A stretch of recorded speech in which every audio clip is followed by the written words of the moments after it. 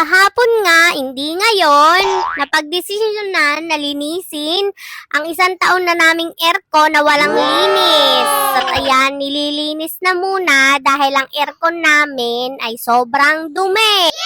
At ayun nga, na-surprise siya nung nabuksan ng loob ng aming aircon.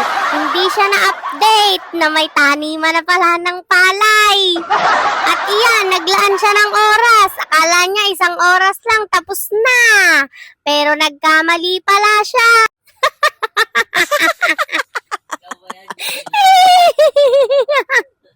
Ayun, ang 1 oras, naging 5 oras na.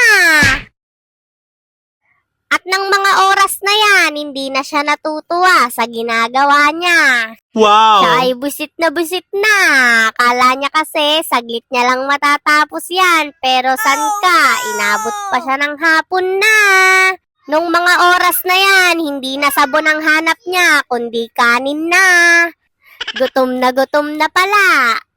At ng mga oras na yan, ang tingin na nga sa akin yan ay ulam na, hindi na tao. Abay, mukha daw akong lechon. Ay, inang! At nung sinabi niya nga yun, hindi na ako nagpatumpik-tumpik pa. Pinakain ko na nga siya at baka ako pa ang makain niya. Abay, pinagmukha kasi akong lechon. At na mga oras na yan, siya'y nabubuhayan na ng dugo dahil yung mga panahon na yan ay patapos na po siya. Pero ang mga oras na yan ay siya'y kinakabahan pa. Baka ang kanyang aircon na binaklas ay hindi na gumagana pa.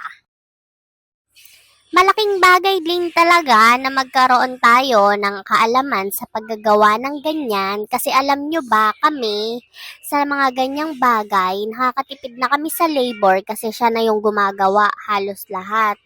Paglilinis ng aircon, pagwe-welding, paggagawa ng motor, hindi na namin kailangan iasa pa sa iba, hindi na namin kailangan pa umupa para lang magawa yung isang bagay na gusto namin ipagawa sa aming bahay. At yan, yung mga oras na yan, ayan, nakikita na natin na nabubuo na niya ang aircon. Ang tanong, gumagana pa kaya? Kasi ako, kung kagaya ko, ako kaya ko lang siya baklasin, pero hindi ko siya kayang buuin. Pero siya, kahit gaano karami ang binabaklas, kayang-kaya niya ibalik ito sa dati.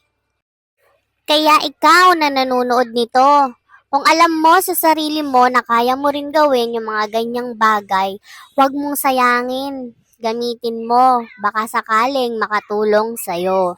10, 9, 8, 7, 6, 5, 4, 3, 2, 1. And finally, buo na. Thank you for watching!